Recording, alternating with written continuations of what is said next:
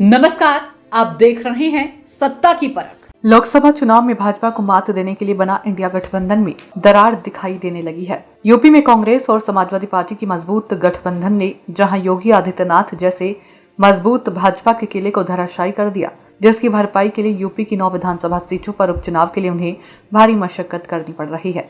लेकिन देश के कई राज्यों में होने वाले चुनाव के समय से ही इंडिया गठबंधन की मजबूती पहले जैसी दिखाई नहीं पड़ रही है। झारखंड और महाराष्ट्र राज्य में होने वाले विधानसभा चुनाव में इंडिया गठबंधन के सहयोगी अपना अपना राग अलाप रहे हैं, तो वहीं यूपी में 9 सीटों पर होने जा रहे उपचुनाव से कांग्रेस ने फिलहाल किनारा कर लिया है। समाजवादी पार्टी ने गठबंधन के तहत कांग्रेस को गाजियाबाद और खैर की 2 विधानसभा सीटें दी है, जबकि कांग्रेस अपने लिए 5 सीटों पर दावेदारी कर रही है। कांग्रेस गाजियाबाद और खैर की बजाय अपने लिए सीसमऊ, फूलपुर और मंझवा सीटों पर दावेदारी कर रही है।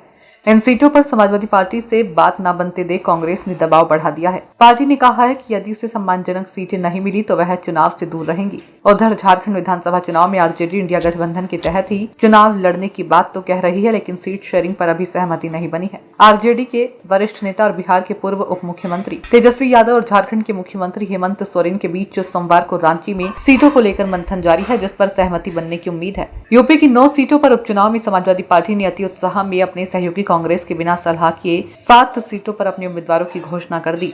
भाजपा के लिए मजबूत मानी जाने वाली खैर और गाजियाबाद सीट पर कांग्रेस के पक्ष में छोड़ दी। ये दोनों सीटें ऐसी है जहां कांग्रेस लंबे समय से जीत दर्ज नहीं कर पाई है। यदि उपचुनाव में वह इन सीटों पर उतरती है तो भी उसके लिए जीत की संभावनाएं बहुत कम रहेंगी। लोकसभा चुनाव में मिली विजय से सपा प्रमुख अखिलेश यादव अति उत्साह में है। यूपी के चुनाव में जीत को अखिलेश समाजवादी पार्टी की जीत मान रहे हैं, जबकि कांग्रेस का मानना है कि लोकसभा चुनाव में सपा कांग्रेस गठबंधन के कारणों से ही सफलता मिली थी।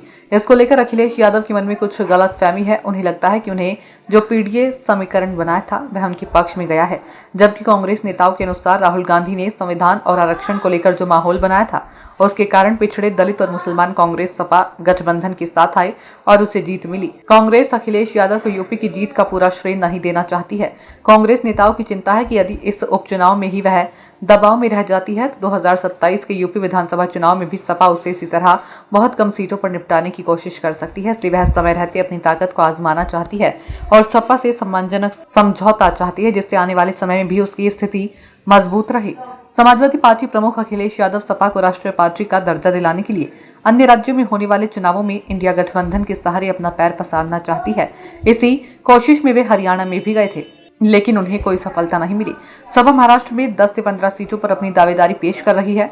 सपा का दावा है कि महाराष्ट्र में उसके 2 विधायक हैं और कई सीट पर दूसरे नंबर पर रही है। महाराष्ट्र में सपा के मैदान में आने से लगभग 1 दर्जन सीटों पर मुसलमान वोटों में बंटवारा हो सकता है। इसका नुकसान इंडिया गठबंधन के दलों को होगा। माना जा रहा है कि यूपी में दबाव बढ़ाकर कांग्रेस नेतृत्व सपा को महाराष्ट्र में 1-2 सीटों पर समेटने का दांव भी आजमा रही है। इंडिया गठबंधन के सहयोगियों के अपने अपने हित हैं, जिनको साधने में वो कोई कसर बाकी नहीं रख रहे हैं। हरियाणा में कांग्रेस के प्रदेश नेतृत्व ने आम आदमी पार्टी के साथ गठबंधन नहीं करने के लिए कांग्रेस के नेतृत्व को समझा लिया, तो उसका खामियाजा उन्हें भुगतना पड़ा। यूपी में सपा की हठधर्मिता इस गठबंधन को डुबो सकती है, तो वहीं झारखंड में आरजेडी की सीटों की दावेदारी से गठबंधन को झटका लग सकता है। जहां भाजपा ने अपने 66 उम्मीदवारों की घोषणा कर दी है, तो वहीं इंडिया गठबंधन के सहयोगी सीटों के बंटवारे में माथापच्ची कर रहे हैं। इंडिया गठबंधन के सहयोगियों ने अपनी राग के चलते गठबंधन लंबे समय चलेगा, ये कहना मुश्किल है। सत्ता की परख के लिए अवधेश कुमार सिंह की रिपोर्ट।